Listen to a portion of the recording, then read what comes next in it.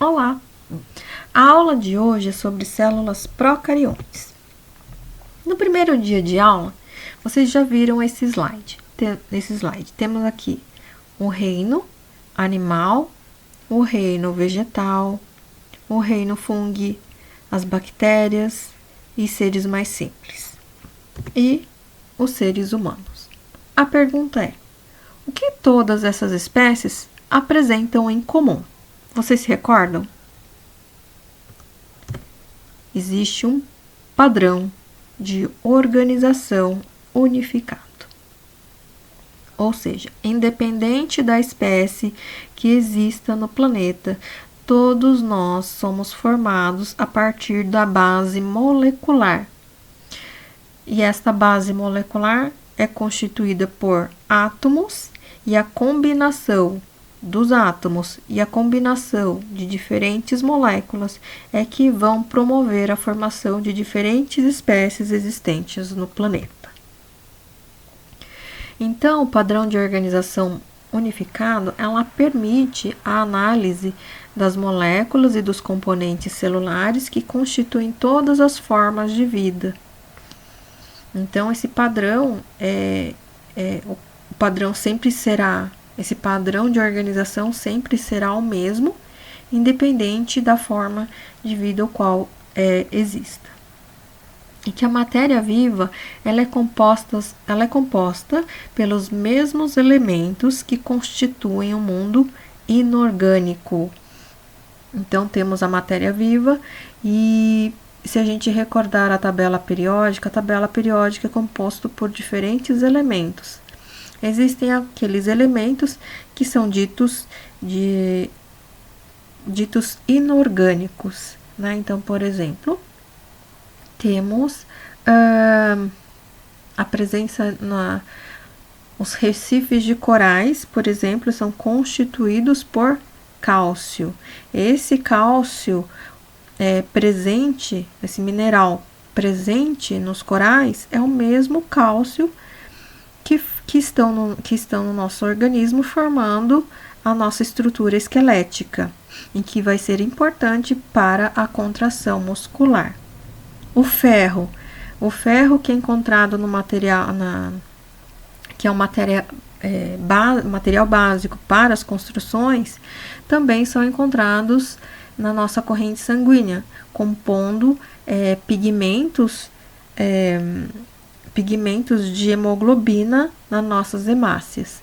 Então, o nosso organismo, o organismo vivo, ele contém as mesmas substâncias que são encontradas na natureza. Para analisar esses diferentes tipos de espécies animais, algumas estruturas, alguns elementos vão ficando cada vez menores. Então, a gente precisa de equipamentos específicos para essa visualização. A partir de qual escala o olho humano consegue identificar a estrutura?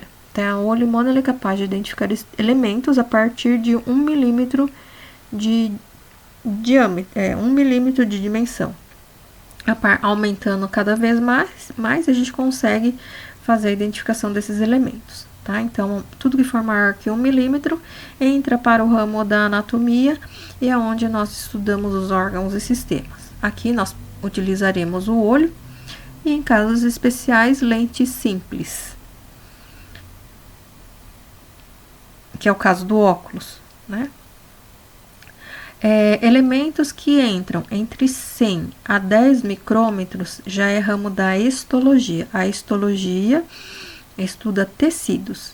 Para análise dos tecidos, é necessária a utilização do microscópio óptico, microscópio comum, que são encontrados em laboratórios de escola, em laboratórios de faculdades, em laboratórios de análises clínicas, tá? O microscópio óptico comum. O que está entre 10 e 0,2 micrômetros é o estudo da citologia, que é o estudo das células. As células são analisadas utilizando então o microscópio óptico comum também. Todos aqueles elementos que entram entre 200 a 0,4 nanômetros são elementos ultraestruturais. Os componentes celulares entram como ultraestrutura. Na aula de organelas, na aula de organelas eu falei de vários componentes que fazem parte da célula, tá? Então aqui, para analisar todos o citoesqueleto, os ribossomos, o complexo de Golgi, para análise desses elementos, para visualização dessas organelas, há necessidade do microscópio eletrônico. Os vírus também podem entrar aqui com a utilização da microscopia eletrônica. Existem dois tipos de microscopia eletrônica, uma que chamamos de varredura e a outra é a transmissão. Tudo aquilo que for menor que 1 nanômetro entra na estrutura molecular e atômica. Então, aqui pode ser analisado a estrutura das moléculas, dos ácidos nucleicos, que é o DNA e o RNA, e a posição dos átomos nestas moléculas. Para isso, é necessário a utilização do equipamento chamado de difração de raio-x. Eu coloquei aqui uma escala logarítmica para que tenhamos uma ideia da escala do qual nós estamos analisando. Então, temos aqui 1 centímetro, 1 milímetro, e a partir do milímetro nós entramos na escala dos micrômetros. Então, na escala do micrômetro, o microscópio óptico é capaz de fazer essa visualização, de captar a visualização desses elementos. Quando se entra em medidas menores, como nanômetro ou angstrom, há necessidade da utilização do microscópio eletrônico. Para se ter uma ideia, o microscópio óptico é capaz de aumentar 500 vezes o que o olho humano capta. E o microscópio eletrônico consegue aumentar em 1000 vezes a estrutura, aquilo que a gente vê a partir do olho humano, tá? Então, aqui é 500 vezes a partir do olho humano e aqui aumento de 1000 vezes a partir do olho humano. Então, esses seres vivos que apresentam um padrão de organização unificado, existe essa classificação. E essa classificação, a primeira vez que ela foi apresentada foi em 1735 por Linneu, um naturalista sueco denominado de Linneu. Ele propôs, então, esse sistema binomial de escala de escala e classificação dos seres vivos, que é utilizado até hoje. De uma maneira muito básica, nós temos dois tipos de seres: os procariontes e os eucariontes. Os procariontes, eles sempre serão seres unicelulares. Dentro desses seres unicelulares temos o reino Monera, e no reino Monera podemos exemplificar, então, como bactérias e algas azuis. Os seres eucariontes são seres superiores, são seres mais complexos, e aí eles são subclassificados em seres unicelulares ou pluricelulares, que é o nosso caso. Os seres unicelulares podemos colocar o reino protista, e o reino protista pode ser exemplificado pelos protozoários.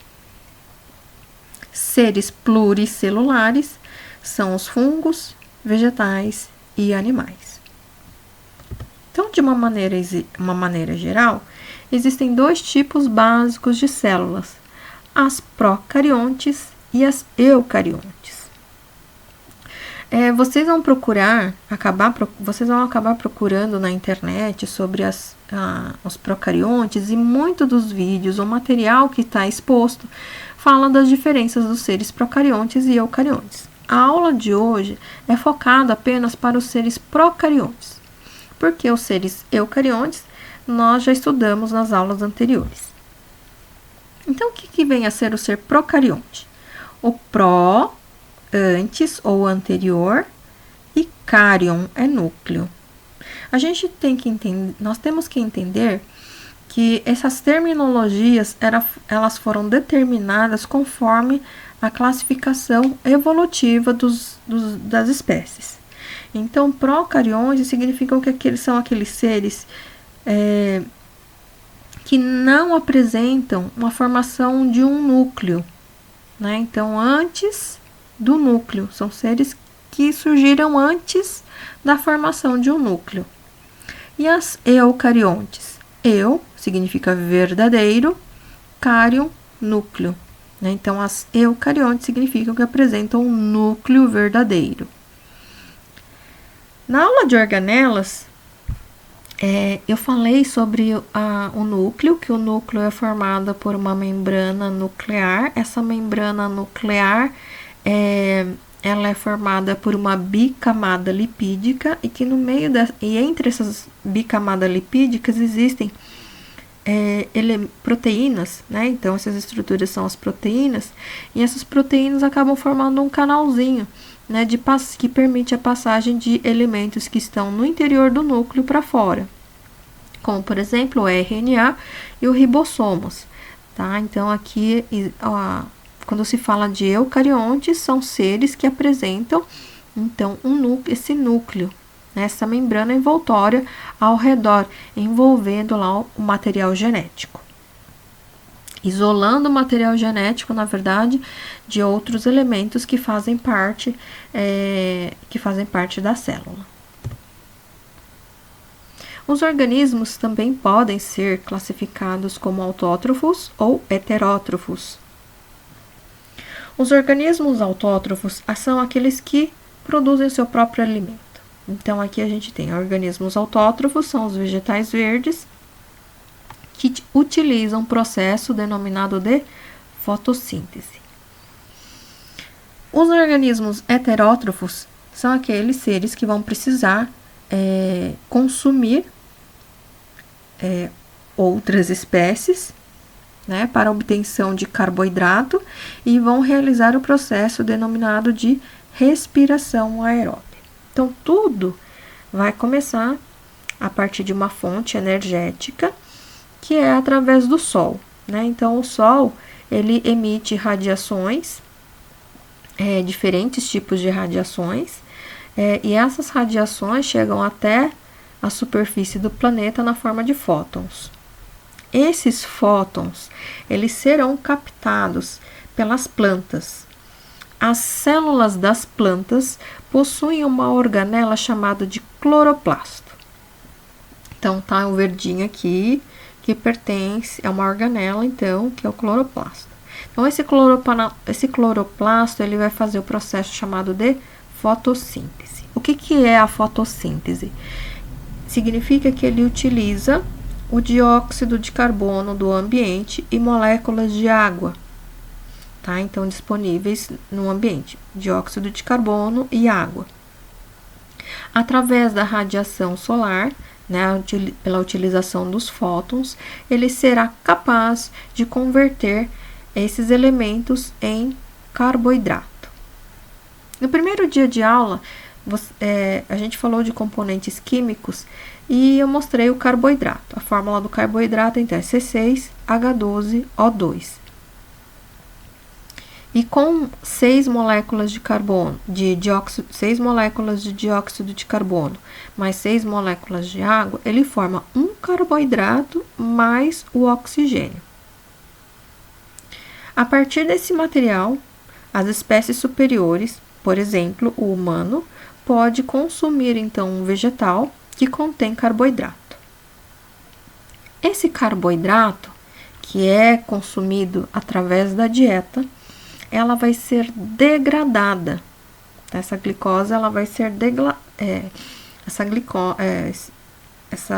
esse carboidrato vai ser degradado pelo sistema digestório e cai na corrente sanguínea. Quando cada célula do nosso organismo capta as moléculas de glicose, elas serão processadas e serão utilizadas pela organela chamada de mitocôndria. A mitocôndria, ela faz um mecanismo chamado de respiração celular. Existem dois tipos de respiração que a mitocôndria faz. Existem dois tipos de respiração o qual as células fazem, que é uma respiração aeróbia e a respiração anaeróbia. A respiração aeróbia, ela necessita da presença de oxigênio.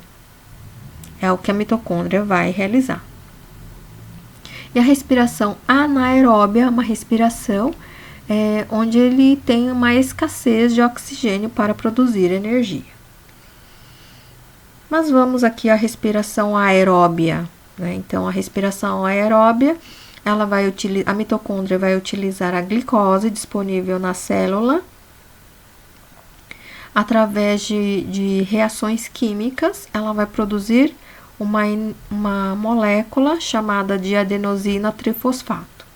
Essa molécula adenosina trifosfato é uma molécula altamente energética, que será a fonte de energia para a realização de atividades, como por exemplo a contração muscular.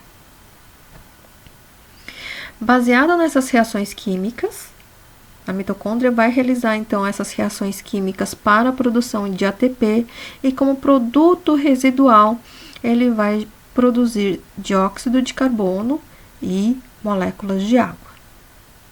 Então, o dióxido de carbono ele vai ser eliminado através do nosso sistema respiratório. Estando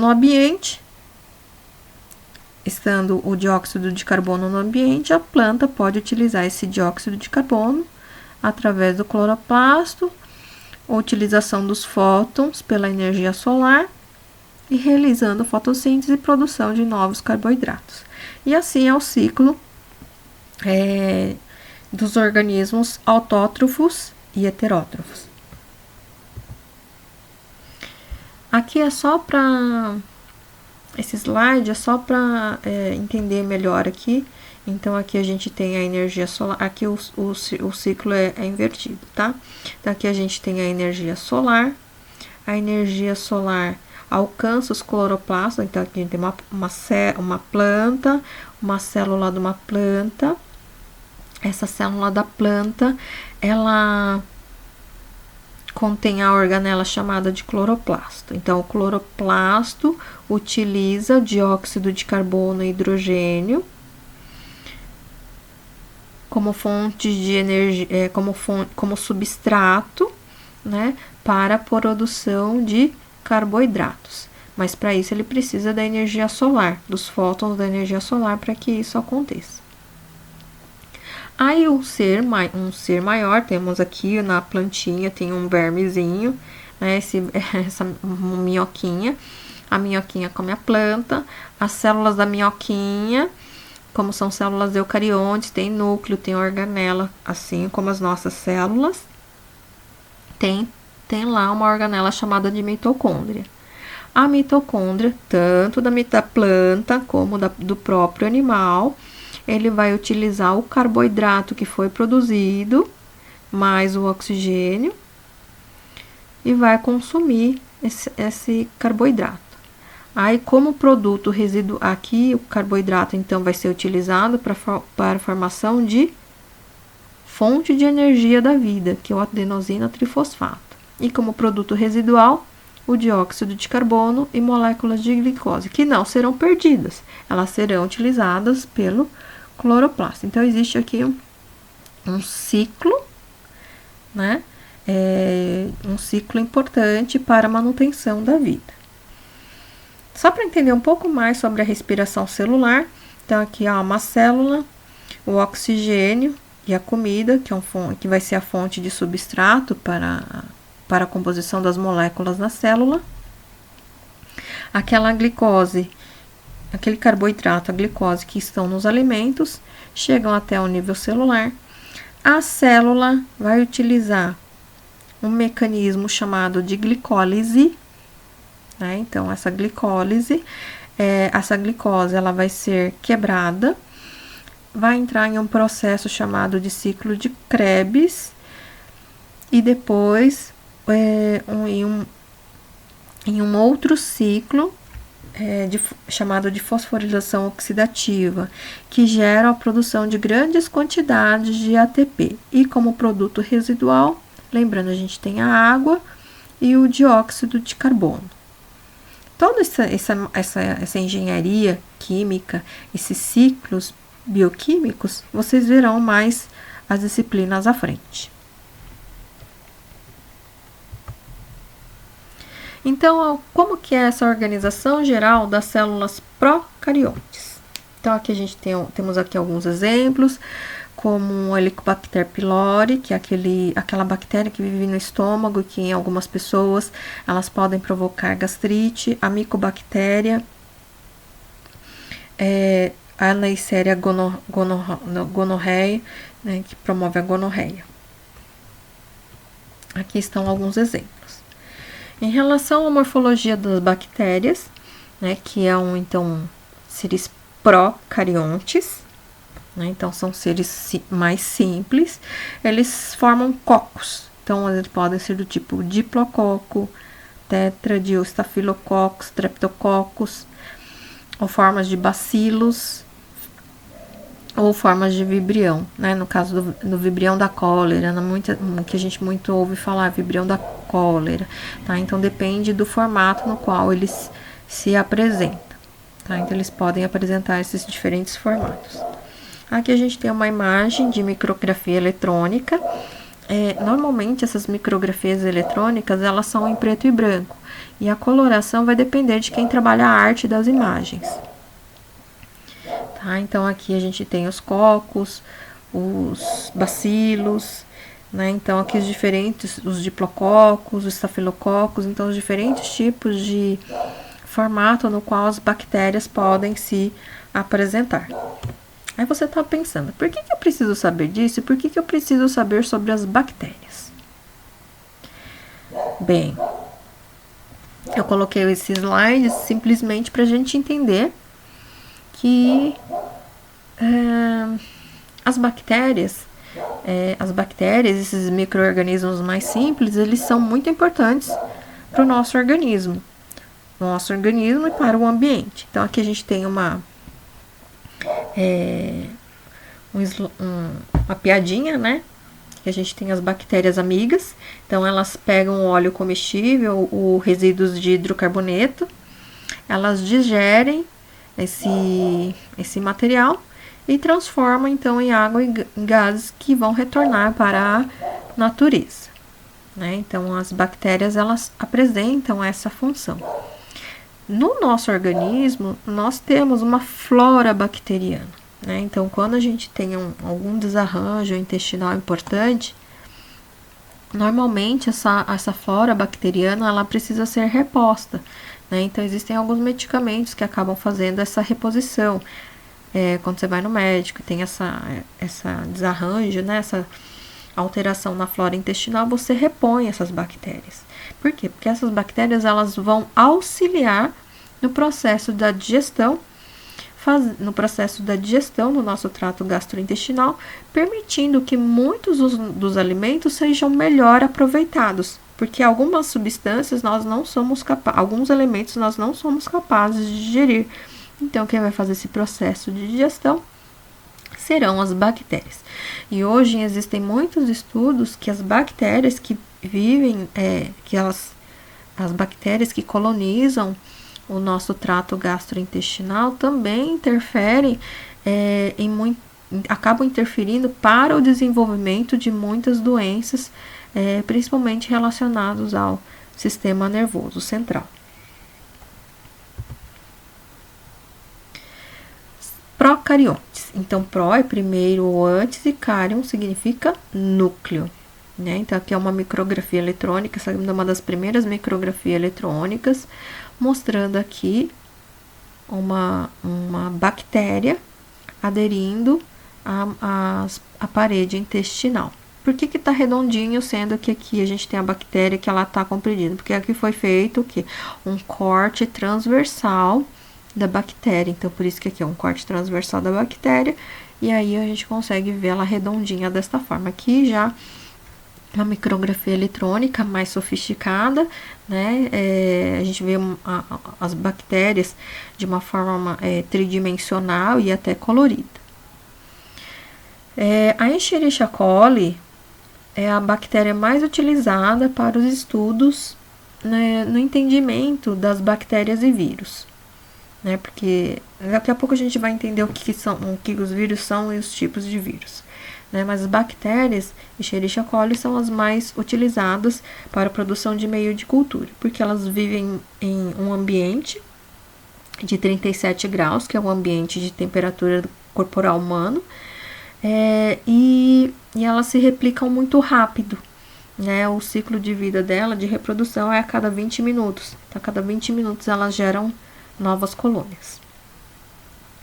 Os seres procariontes são células pequenas que variam de 1 a 10 micrômetros de diâmetro, né, apresentam uma parede externa e membrana externa à membrana celular. Não apresenta membrana nuclear, separando o material genético, que é o DNA ou RNA, dos outros constituintes celulares. O material genético está contido em espaço denominado nucleóide, não possuem estonas ligados ao seu DNA e não possuem organelas membranosas. Eu já vou explicar tudo isso no próximo slide. Então, aqui a gente tem a estrutura bacteriana, né? Então, qual que é a característica dos seres procariontes? Que eles não apresentam uma membrana nuclear, né? Então, quer dizer que o DNA, todos os seres possuem um DNA e o RNA. Esse DNA ou RNA, esse material genético, onde contém toda a informação dos seres, ele está em um espaço chamado de nucleóide, tá? Então, esses filamentos que a gente vê aqui são um DNA, e a parte marrom aqui seria um espaço chamado de nucleóide. Então, não existe membrana nuclear envolvendo esse material genético. Qual que é a estrutura da bactéria, então? Ela contém uma membrana plasmática, que está aqui. Essa membrana plasmática, muitas vezes, ela se projeta para fora da bactéria, tá? Então, quando ela se projeta para fora da bactéria, ela acaba formando elementos, alguns chamam de pelos, né, como está aqui,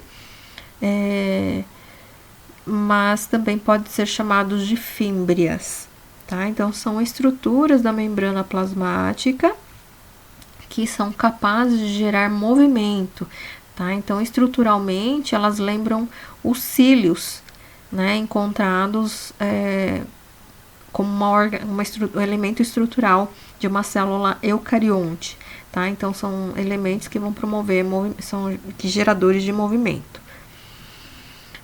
A estrutura também que vai favorecer o movimento das bactérias é a presença de um flagelo, que é um prolongamento mais alongado. Pode ter uma ou mais flagelos nas bactérias, que vai depender da espécie da espécie. Então, a gente tem aqui, então, a membrana plasmática. Externamente, a membrana plasmática, uma parede celular. Tá? Essa parede celular é uma membrana formada por proteínas e uma cápsula envoltória. Nessa cápsula envoltória vai promover resistência à bactéria, né? Uma estrutura de proteção a essa espécie. No interior da bactéria, no interior da bactéria são encontrados esses pontinhos aqui, que são os ribossomas. Lembrando que os ribossomas são aquelas organelas que estão relacionadas, então, com a síntese proteica, tá? Então, de alguma maneira, as bactérias, elas sintetizam proteínas que fazem parte, por exemplo, da membrana plasmática. Aqui, a membrana plasmática, ela forma um dobramento para o interior da bactéria. Essa estrutura aqui, que está voltada para dentro da bactéria, é chamado de mesossoma. Esse mesossoma, eles estão relacionados com enzimas de respiração celular da bactéria, né? Então, isso aqui é uma estrutura de rudimentar, podemos dizer assim, que promove a respiração da bactéria. Um elemento também importante é a presença do plasmídio. O que é o plasmídio? É um DNA curto, pequeno e curto. Então, as bactérias possuem o seu próprio DNA e outro DNA mais curto, denominado de plasmídio. Então, quais são os elementos? Então, a bactéria contém uma membrana plasmática. A projeção da membrana plasmática é chamada de pelos, que vão gerar movimento. A bactéria possui flagelo ou flagelos, também que auxiliam no movimento. Apresentam essas projeções da membrana plasmática para dentro da bactéria, que são os mesossomas, que estão relacionados com a respiração celular. A presença de ribossomas, a síntese proteica, contém o material genético, que está no interior de um espaço chamado de nucleoide, o plasmídio, que é um DNA pequeno, e uma parede celular externa e uma cápsula, que são elementos de resistência e proteção bacteriana. Então, retornando aqui o slide, então a gente passa a entender que elas são células pequenas, com uma parede celular externa, a membrana celular, né? Então, a membrana ela é protegida por essa parede externa, contém um DNA, o RNA, não tem membrana nuclear envolvendo esse material genético, então eles ficam em um espaço chamado de nucleoide. E o DNA também tem uma característica, o DNA bacteriano, eles não formam um condensamento, né? Como a gente viu na aula das organelas, o DNA humano, ele está espiralado, apresenta-se condensado por estarem envolvidos em umas proteínas chamadas de histona, né? Então, isso garante a condensação do material genético, que não existe nos seres procariontes. E não possuem organelas membranosas, ou seja, a gente não viu lá a presença de retículo endoplasmático, complexo de Golgi, lisossomas, tá? Então, essas organelas são inexistentes em seres procariontes. Aqui uma piadinha, né, da engenharia genética. Então, o que aconteceu aqui? O coccus comeu um plasmídio. Plasmídio, lembrando que é aquele DNA curto, né? É o outro material genético presente no interior da bactéria. E aí o coco comeu plasmídio, alguma coisa acontece, ele virou um supercoco, né? Então, essa brincadeira da engenharia genética significa que o plasmídio, muitas vezes, ela é utilizada nos estudos para o entendimento da resistência bacteriana, tá? Porque esse DNA provavelmente ela contém informações importantes para a bactéria para promover resistência. Então, muitas vezes esse plasmídio ele é extraído das bactérias, são colocados trechos de informação genética, e esses trechos de informação genética podem gerar espécies diferentes de bactérias, né? E aí essas alterações essas bactérias, ou como neste exemplo, os supercocos, pode trazer um benefício científico. Propriedades das paredes. Temos então as células que são gram-positivas e células que são gram-negativas. Coitadinha aqui da gram-negativa que foi excluída aqui, né? O que ela tem de diferente?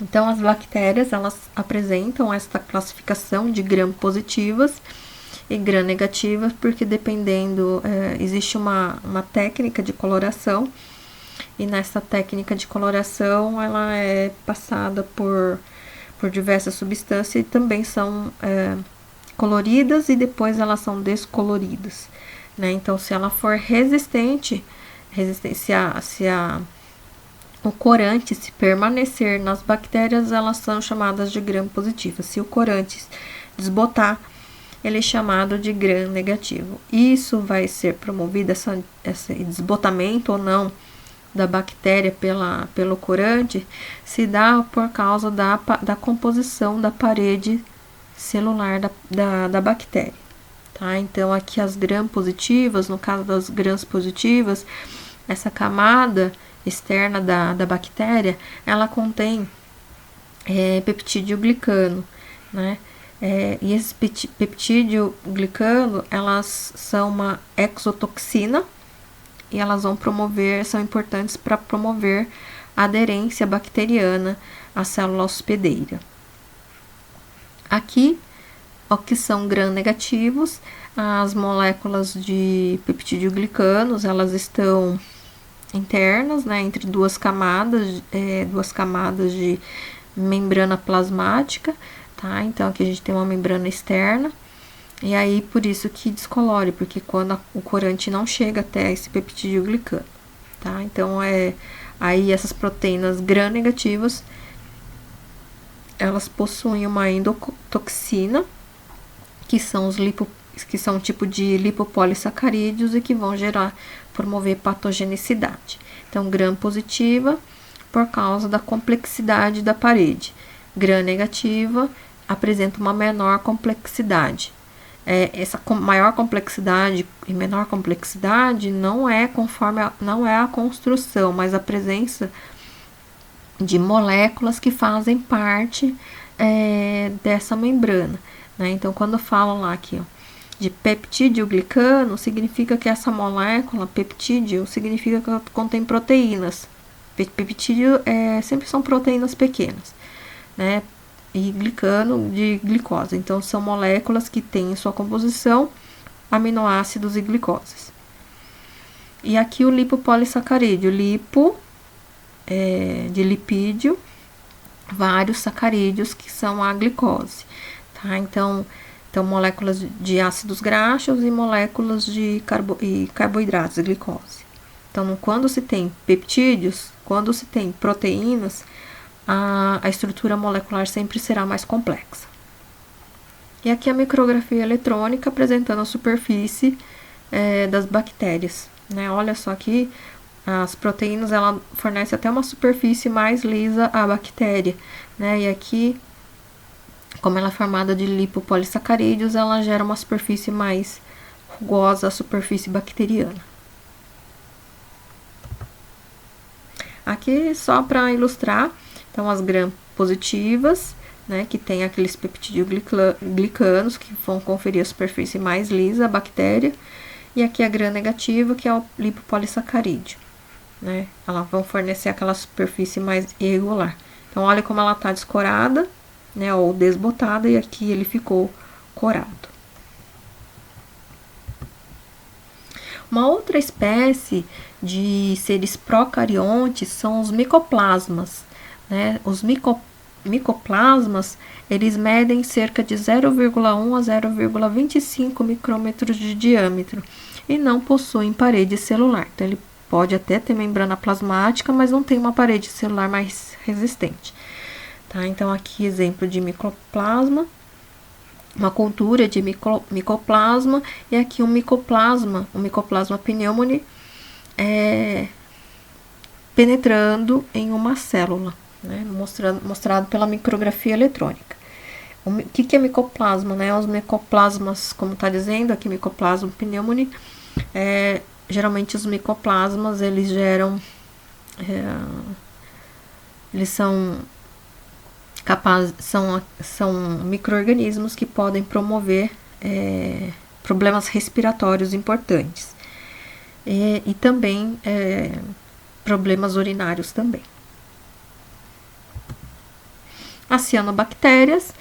As cianobactérias são algumas bactérias que contêm em sua composição, apresentam em seu citoplasma uma membrana fotossintética, né? Tem cloroplastos, tá? Elementos semelhantes a cloroplastos. Então, elas utilizam lá o material, a luz solar, para produzir, para manutenção da sua vida. Bom, independente, os vírus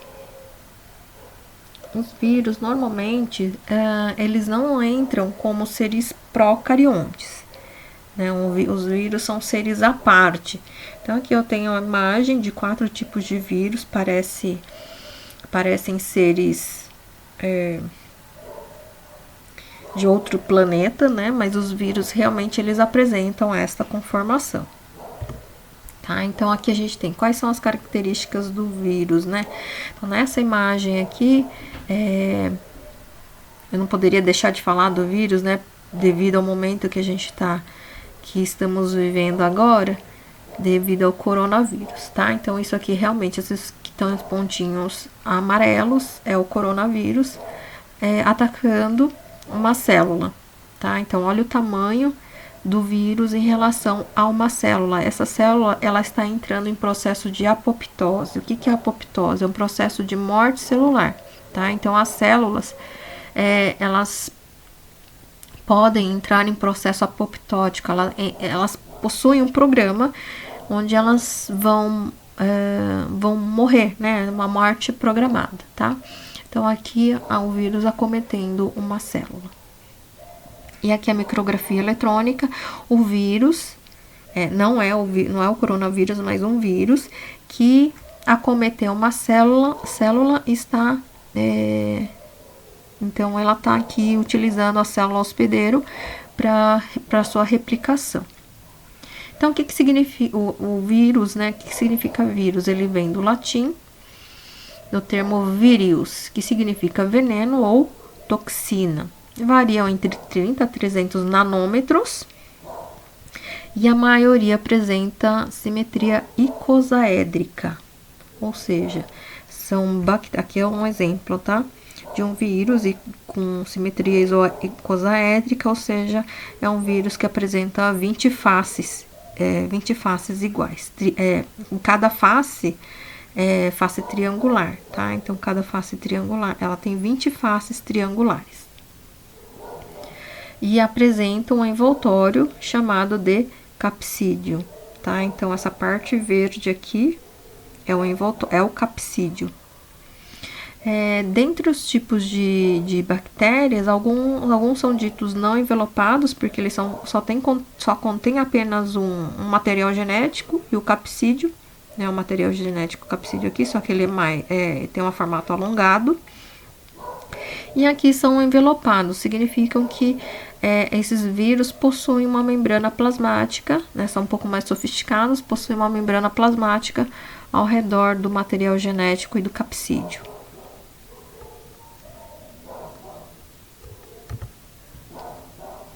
Então, a característica estrutural do vírus, né? O que eles vão apresentar? O vírus são os seres mais simples que existem no nosso planeta. Ele é composto pelo seu material genético, que pode ser o DNA, uma fita simples, né, de RNA. O que o vírus faz? Propagar o seu material genético, né? Então, ele vai propagar o seu material genético. Então, tem o DNA, uma enzima chamada de transcriptase reversa, que vai ativar essa síntese, que vai ativar o processo de tradução dessa transdução e tradução dessa fita de DNA. O capsídio, aqui, né, o capsídio, que é formado por proteínas. E aqui uma membrana plasmática, isso aqui é um vírus encapsulado, tá? Então, essa estrutura aqui em verde representa a membrana plasmática. Lembrando que a membrana plasmática é aquela membrana dupla, tá? Uma membrana camada lipídica dupla, assim como a gente encontra nas células eucarióticas, tá? Então, membrana plasmática, e no meio entre esse mar de fosfolipídios, a presença de elementos de proteínas, né, que na verdade são glicoproteínas. E essas glicoproteínas podem estar relacionadas às diferentes funções, como por exemplo a aderência do vírus à superfície da membrana, ou ativação de uma cadeia metabólica na célula. Tá? Então, aqui existem vários tipos de glicoproteínas. Então, basicamente, um vírus, estruturalmente, ele tem esses elementos na sua composição. Existem tipos gerais, então dentro da cadeia de vírus existem os retrovírus e os bacteriófagos.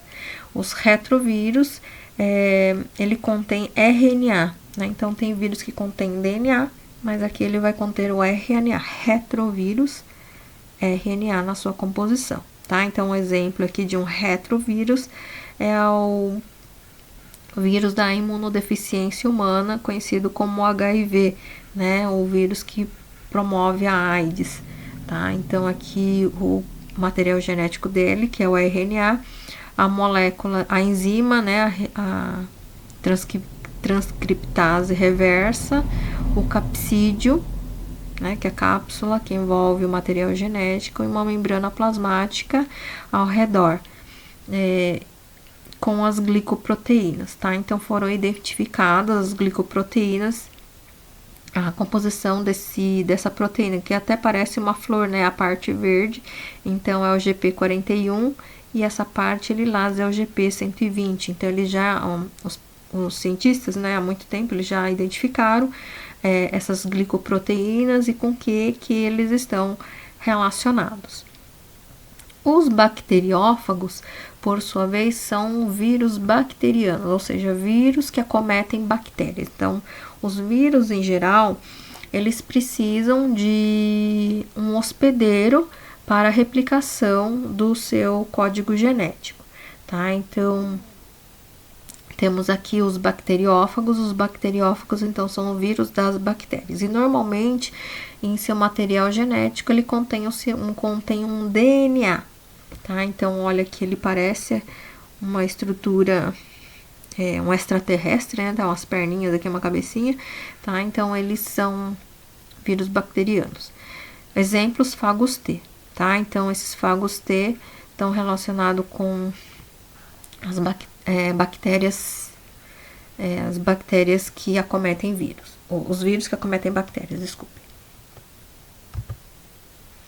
Então, aqui a gente tem os aspectos gerais da replicação viral, né? Como que esses vírus, eles replicam, né?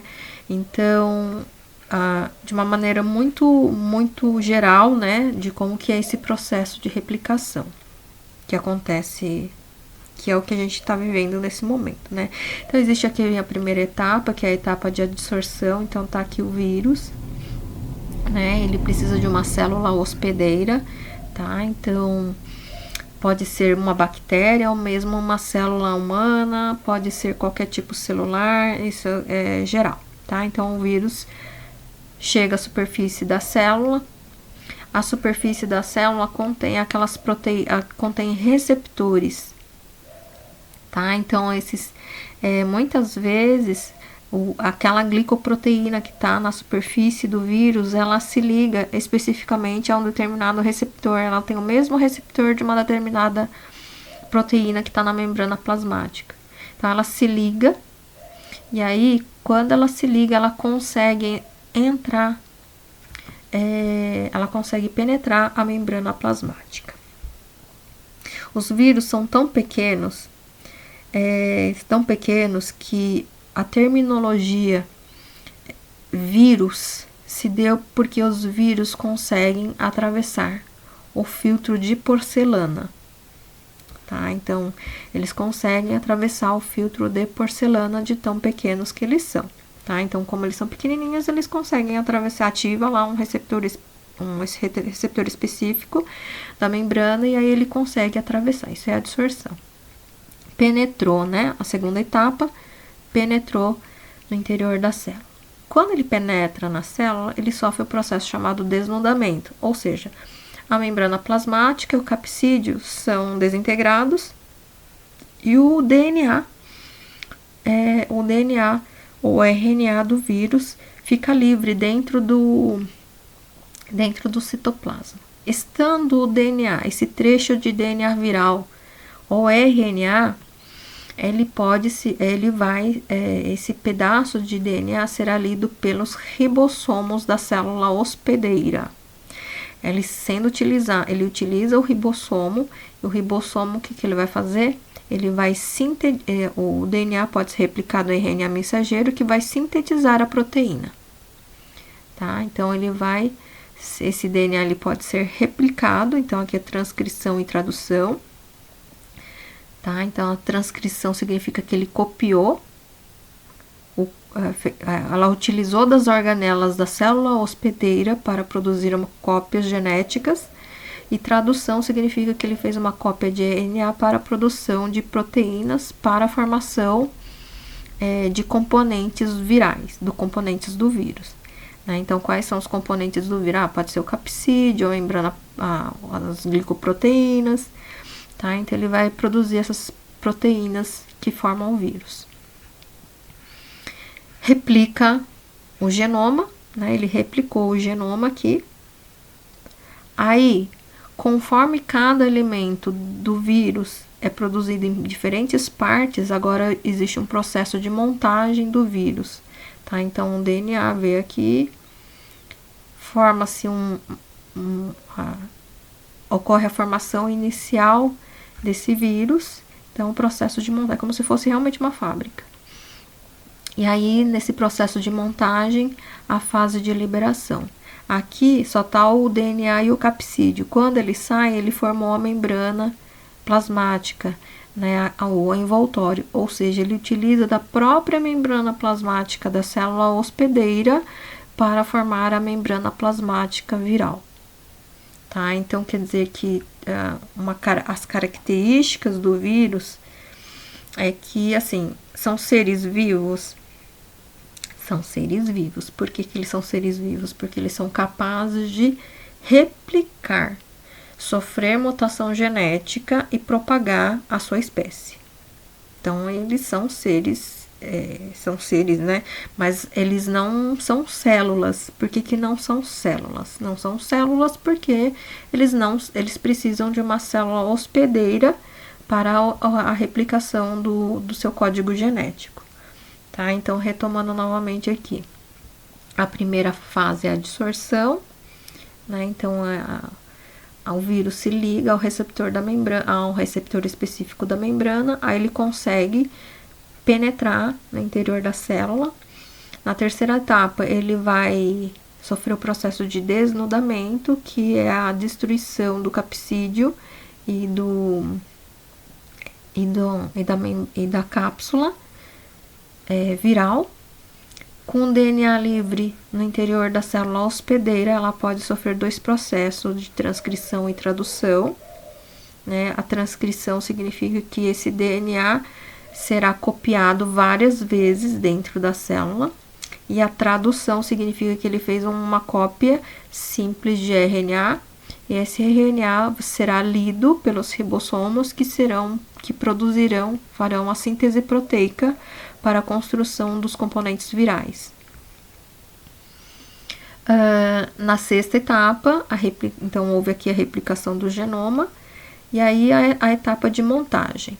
Tá? Então, aqui é a etapa de montagem. Na etapa de montagem, o DNA que foi replicado se agrega às proteínas que farão componentes, que é o capsídeo, por exemplo, e as glicoproteínas de superfície da cápsula.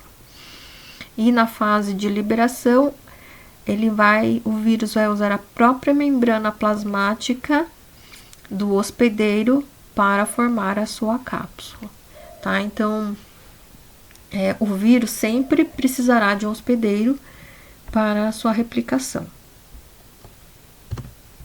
Então, os vírus não são considerados células verdadeiras, porque não tem organela, não são capazes de reproduzir a partir de uma fissão binária ou a partir de uma reprodução a partir de uma meiose, né? Então, ele não utiliza de outros mecanismos para a propagação da espécie, ele precisa de um hospedeiro. Mas são seres que são capazes, então, de propagar a sua espécie, replicar o seu genoma, né? Replicar o seu DNA e propagar, então, a sua espécie. E aí, todos os vírus são do mal? Né? Todos os vírus, eles vão causar doença, disenteria, sarampo. Os vírus sempre serão os vilões da história? Não, nem sempre, tá? Então aqui eu coloquei para vocês. Se vocês quiserem, tem um site aqui falando dos vírus, né? Dos vírus que melhoram a saúde. Nessa página desse jornal, na página desse jornal existe um link para essa revista que é um artigo científico que fala dos fagócitos, dos bacteriófagos, né, que são saudáveis ao intestino humano. É um artigo científico de acesso livre, tá? Então, nem todos os vírus são do mal. Temos alguns vírus que são importantes, né? Então, como assim? Como os bacteriófagos, né? Os bacteriófagos estão sendo utilizados na engenharia genética para descobertas de vacina, funcionamento de bactérias. No caso do trato gastrointestinal, os vírus, eles também fazem o controle bacteriano, tá? Então, a presença de vírus, eles também vão controlar a quantidade de bactérias na flora intestinal. Então, nem sempre os vírus provocarão doenças, mas também temos uma quantidade de vírus que estão no nosso organismo e que são importantes por exemplo, para os processos, neste caso, para os processos digestivos. Bom, esse foi o conteúdo desta aula, né, as células procariontes.